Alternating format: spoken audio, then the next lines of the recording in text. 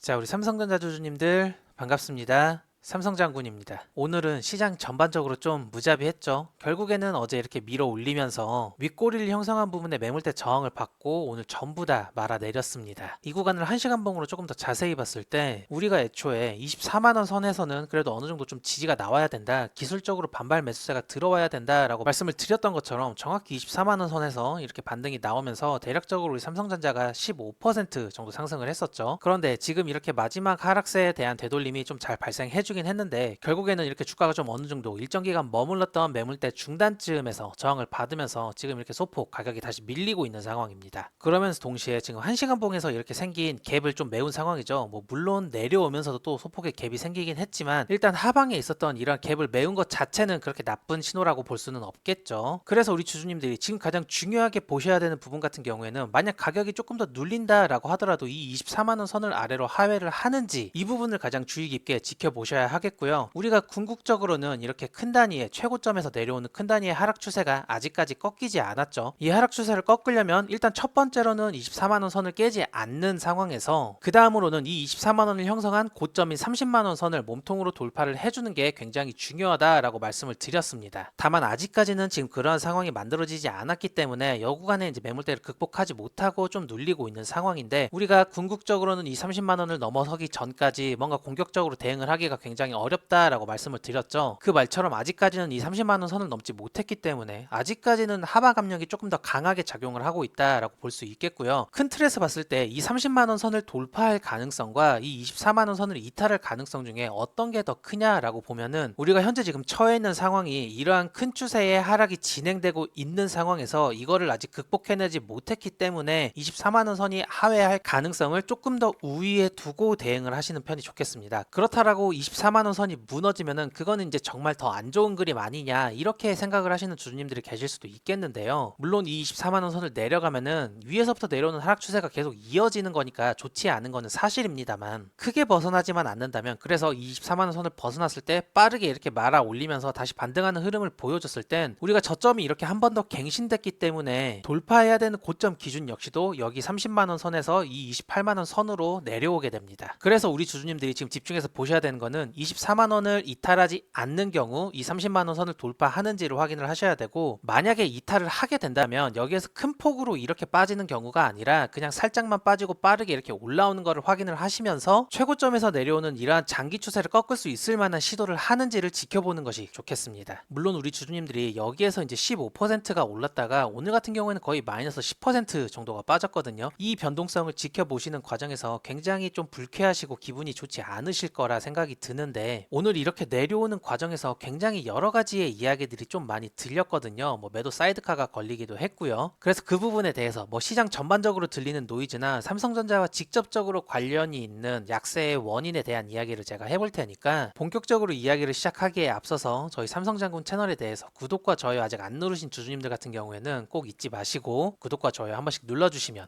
감사하겠습니다. 일단 간략하게 코스피 차트만 놓고 봤을 때 모양이 완전히 똑같아요. 이것도 뭐 분봉으로 놓고 잠깐 보면 이렇게 9300대에서 고점을 형성한 이후로 이렇게 하락 추세를 지속적으로 이어져 오고 있는 상황이죠. 마찬가지로 코스피도 지금 이 추세를 꺾기 위해서는 이 구간 대략적으로 한 7800선 정도 될 것 같은데 이 7800선을 일봉으로 몸통 마감을 이렇게 해줘야지만 최고점에서 이런 형태로 내려오고 있는 이 추세의 전반을 끊을 수가 있는 상황이고 만약에 여기에서 이 구간을 돌파하지 못하고 이렇게 저점을 한 번 더 깬다면은 이것도 마찬가지로 이렇게 저점이 내려오는 형태가 유지되기 때문에 코스피도 기준점이 이 구간으로 내려오게 됩니다. 결론적으로는 지금 진행되고 있는 하락 추세를 언제 끊어낼 수 있느냐 그 부분이 굉장히 중요하겠고 그거는 결국에 수급이랑 연결되는 문제겠죠. 주가를 이렇게 들어 올려서 끊어낼 만한 매도세를 약화시킬 만한 그런 매수세가 들어와야 되기 때문에 코스피도 마찬가지로 차트적인 환경이 먼저 만들어져야 되겠습니다. 일단 오늘 같은 경우에 이렇게 개파락으로 시작을 하면서 결국에는 이 하락분을 만회하지 못하고 그냥 보합권을 유지를 하다가 장이 마감이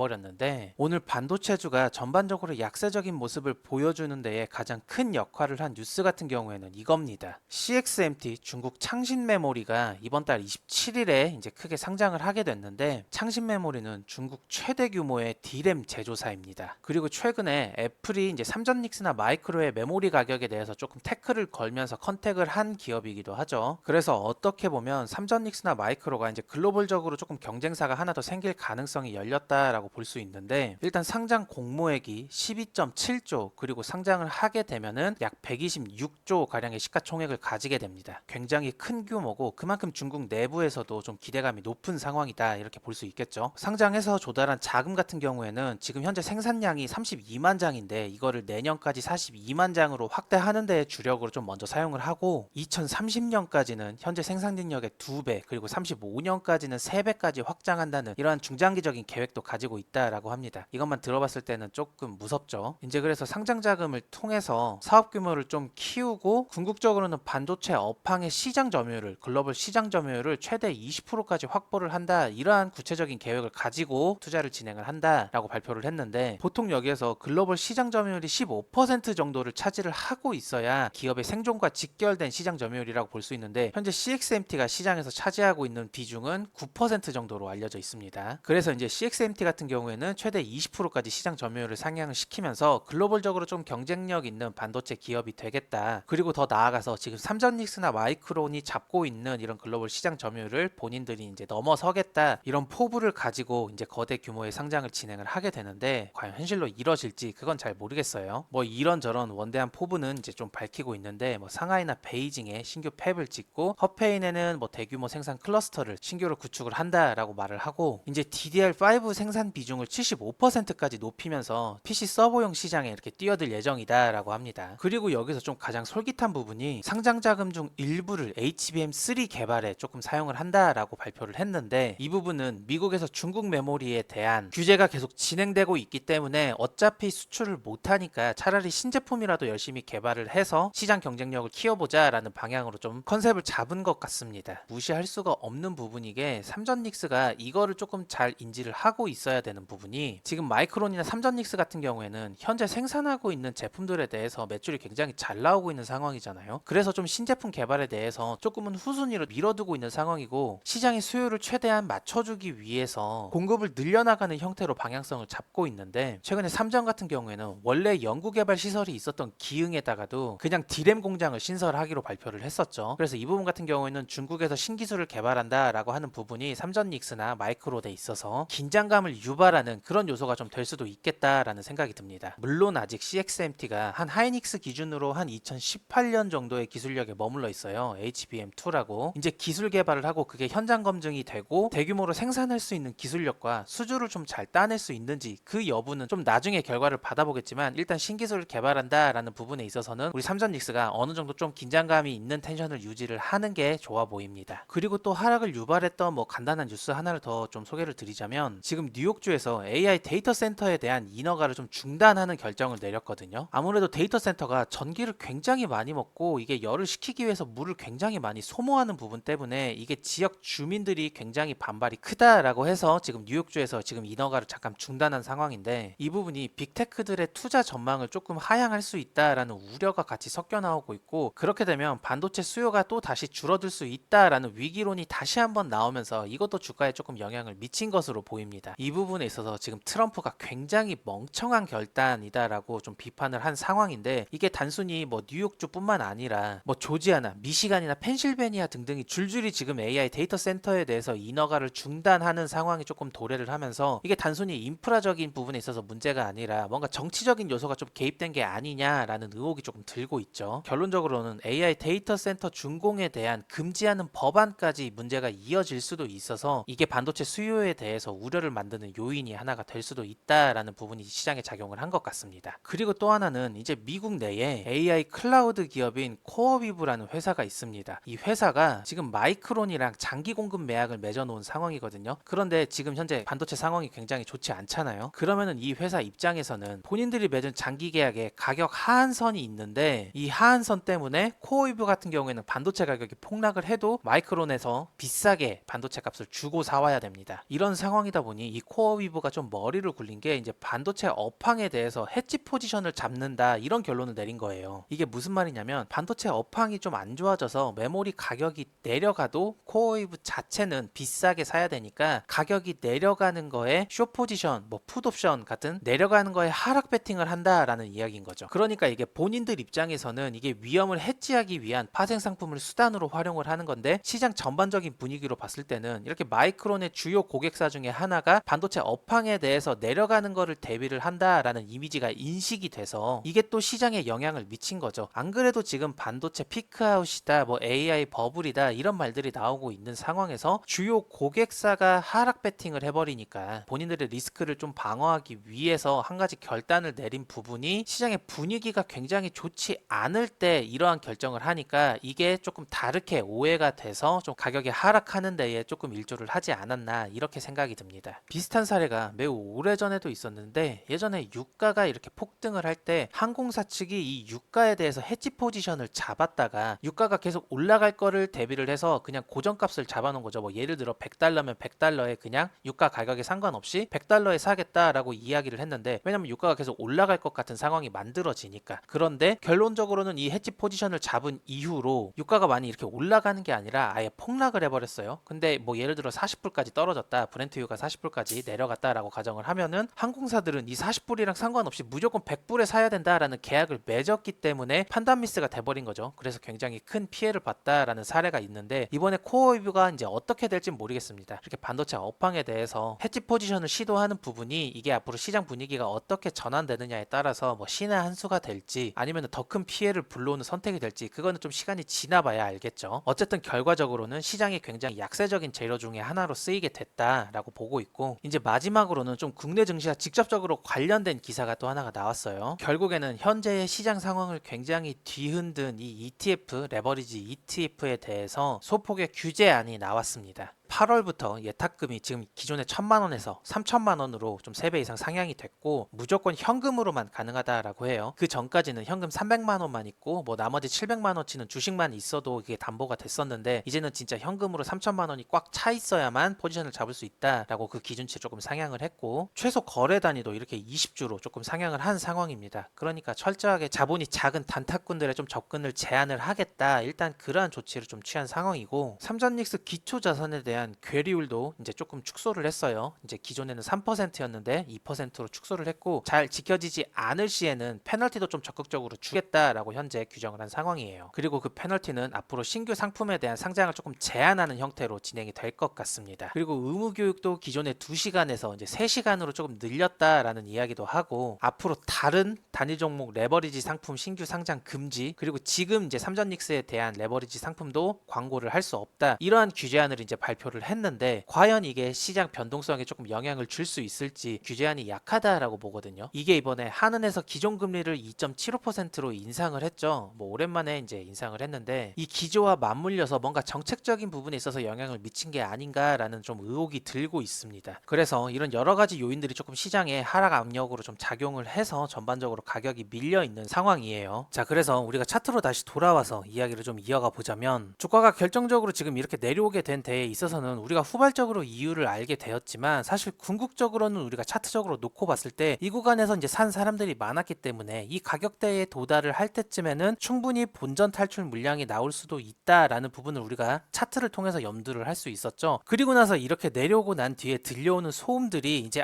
이 하락에 대해서 우리가 왜 맞는구나 이유를 납득할 수 있고 그런 요소들이 주가에 반영을 하면서 우리가 맞을 수밖에 없었구나 가격이 이렇게 내려올 수밖에 없었구나 라고 납득을 하게 되지만 사실 이 가격에 도달을 했을 때는 우리가 모든 사람들이 주가가 이렇게 내려올 만한 그 정보를 동시에 다 받을 수는 없잖아요. 특히나 외국인이나 기관들 같은 경우에는 운영하는 자금이 크고 뭔가 포지션에 대해서 구체적인 액션을 취하게 될 때 그 자본들이 주가에 미칠 영향력은 굉장히 클 텐데 우리 같은 경우에는 그 기관들이나 외국인들에 비해서 정보적인 측면에 있어서 굉장히 느리게 정보를 전달받을 수밖에 없는 환경에 놓여 있잖아요. 아무리 세상이 좋아지고 뉴스가 정말 빨리빨리 온다라고 해도 기자들이 그 기사 기사를 작성해야 되는 시간이 있고 업로드를 해야 되는 시간이 있고 우리가 그 기사를 클릭을 해서 기사를 다 읽는 시간 동안에도 주가는 이렇게 계속 움직인다라는 말이죠. 그러면 우리가 이렇게 투자를 진행하는 데에 있어서 기관들이나 세력들이랑 같은 선상에서 판단할 수 있는 기준은 결국에는 차트밖에 없습니다. 우리가 차트를 보면서 대응을 할 수밖에 없는 게 정보적인 측면도 뭐 떨어지는 거는 당연하고 주가를 움직이는 가격 전달적인 측면에 있어서도 기관들이나 외국인들 같은 경우에는 큰 자금을 운영하기 때문에 똑같이 우리랑 여기서 사더라도 우리가 여기서 샀을 때는 주가가 아무런 미동도 없겠지만 기관들 같은 경우에는 그냥 이렇게 쭉 올라간단 말이에요. 외국인들도 마찬가지고. 그렇기 때문에 정보와 자본력을 가지고 있는 사람들을 상대로 우리가 지금 굉장히 불리한 싸움을 하고 있기 때문에 하나라도 우리가 이 싸움을 이겨낼 수 있는 요소가 있어야 되는데 그거는 실시간으로 똑같은 조건에서 진행되는 차트를 최대한 잘 분석을 하고 그 차트에서 기준을 세우고 잘 대응을 하는 것이 시나리오대로 매수와 매도를 반복을 하는 것이 우리가 최대한 이 시장에서 오래 살아남을 수 있는 방법이라고 저는 생각하고 있기 때문에 뭐 기업이 앞으로 보여줄 펀더멘탈적인 측면이나 구체적인 실적이나 영업이익률도 굉장히 중요하겠지만 그리고 거시적인 상황이나 수급적인 요인도 굉장히 중요하겠지만 제가 지금 말씀드렸다시피 봐야 할 요소들은 굉장히 많아요. 근데 우리가 1차원적으로 직관적으로 놓고 봤을 때 가장 여러 가지 요소들을 함축시키고 있는 게 결국에는 차트이기 때문에 우리가 차트적인 부분에서 기준을 명확하게 세우고 그 기준대로 원칙대로 매매를 하는 것이 우리가 장기적으로 봤을 때는 계좌가 이렇게 우상향을 하면서 큰 수익을 가져갈 수 있는 유일한 방법이다라고 말씀을 드릴 수 있는 거죠. 그래서 제가 서두에 이렇게 말씀드린 부분도 결국에는 차트 내에서 이렇게 큰 단위의 하락 추세를 만들고 있고 이 하락 추세를 끝내기 위해서는 이 구간을 돌파해야 되고 만약 여기 밑에 24만원 선이 이탈을 하게 되면은 그러면은 이 하락 추세가 연장이 되는 거기 때문에 아직까지는 우리가 매수적인 관점에서 굉장히 불리한 위치에 놓여 있으니까 조금은 더 보수적으로 보셔라. 공격적으로 대응할 수 있는 자리는 여기를 돌파했을 때 이 저점을 깨지 않으면서 여기 30만원 선을 우리가 몸통으로 돌파를 했을 때 그때 되돌림이 나왔을 때 공격적으로 좀 물량을 담아 볼 수 있는 상황이다 라고 말씀을 드렸던 겁니다. 이 시기가 와서 여기를 돌파하고 나고 눌림이 나오고 있을 때 이 시기는 주가가 하락을 하고 있으니까 어떤 뉴스가 나올지 어떠한 재료로 가격을 떨어뜨릴지 그거는 저도 냉정하게 알 수 없습니다. 다만 지금과 같이 이렇게 똑같이 내려올 때는 제가 매수를 하지 마셔라 라고 구체적으로 말씀을 드릴 수 있는 건 우리가 들어갈 수 있는 차트가 만들어지지 않았기 때문에 여기에서 매수를 하지 마셔라 라고 말씀을 드리는 거고 똑같은 상황에서 가격이 하락을 하고 있는데 여기를 돌파하고 나서 발생을 하는 하락이라면 그러면은 우리가 지금 이렇게 오늘 내려온 하락과 똑같은 폭의 하락이 발생을 한다고 할지라도 매도 사이드카가 걸리는 한이 있을지라도 저는 매수를 받아보자 라고 말씀을 드릴 거란 말이죠. 우리가 충분히 물량을 담을 만한 차트가 만들어지면 말이에요. 그래서 우리 주주님들이 제가 드리는 말씀을 좀 한 번씩 더 잘 생각을 해보시고 좀 차트 위주로 말씀을 드렸는데 결국에는 다시 한번 말씀드리지만 그런 기본적인 분석 굉장히 중요합니다. 시장 분석도 중요하고 거시경제도 중요해요. 다 중요하지만 우리가 그거를 실시간으로 확인할 수 있는 상황이 아니기 때문에 그리고 실시간으로 확인을 한다라고 해도 그 뉴스가 가지고 있는 의미에 대해서 정말 냉정하게 생각했을 때 그 주가의 방향성을 결정하는 뉴스를 우리가 매번 정확하게 그 의도를 다 맞출 수도 없기 때문에 저는 반복해서 우리가 결국에 매수 매도를 결정하는 데에 있어서 가장 큰 비중을 차지하는 요인은 어쩔 수 없이 차트다라고 생각을 하고 있습니다. 우리는 이 싸움에서 너무 불리해요. 여러 가지 불리한 요인들에 많이 놓여져 있는데 그나마 확률을 높일 수 있는 거는 추세를 파악하고 자리를 기다리고 계획대로 매수와 매도를 반복하는 그리고 그 기준을 차트에서 찾을 수밖에 없다라고 생각을 하기 때문에 오늘은 좀 제가 강하게 말씀을 드렸습니다. 우리 주주님들 제가 드리는 말씀 무슨 말인지 좀 이해가 되시나요? 굉장히 긴 이야기를 드렸는데 뭐 변한 건 없습니다. 자, 30만원 선을 넘지 않는 이상 매수는 금지. 그리고 만약 가격이 내려와서 24만원 선을 이탈할 수도 있다. 오히려 이렇게 큰 추세에서 하락 추세가 진행 중이기 때문에 이탈할 확률을 조금 더 높게 본다. 그러면 우리가 주의해서 봐야 될 구간은 이렇게 두 구간인데 만약 이 구간을 이탈을 했을 때 정말 작게 이탈하고 다시 이렇게 주가가 만회를 하는 흐름을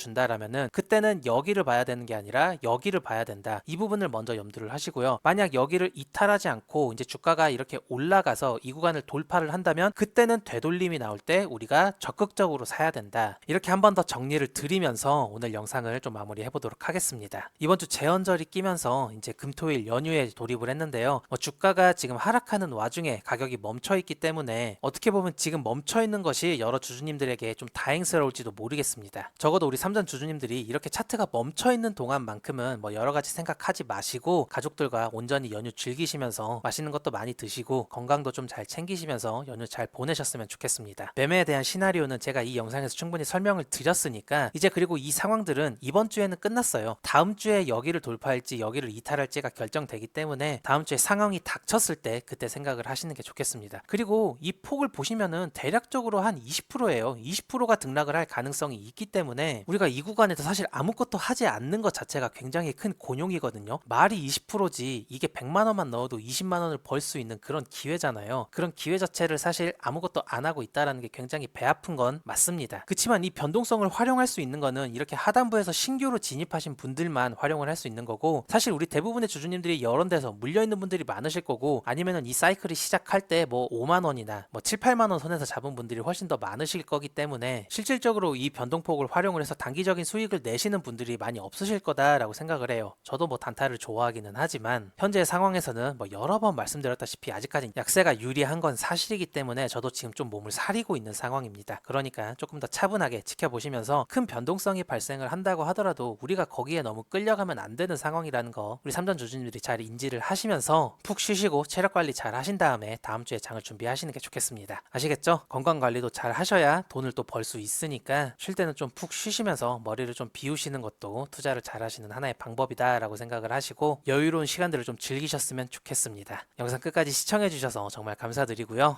저도 이번 연휴는 그냥 머리 좀 싹 비우고 좀 제대로 한번 쉬어보도록 할 테니까 우리는 이제 다음 주에 다시 만나서 차트에 대한 이야기든 삼성전자가 가지고 있는 펀더멘탈에 대한 이야기든 아니면 지금 시장이 보여주고 있는 방향성이든 그 이야기들은 다시 다음 주부터 진행을 하는 걸로 하시죠. 아시겠죠? 이번 한 주도 대단히 고생 많으셨습니다. 감사합니다. 삼성장군이었습니다.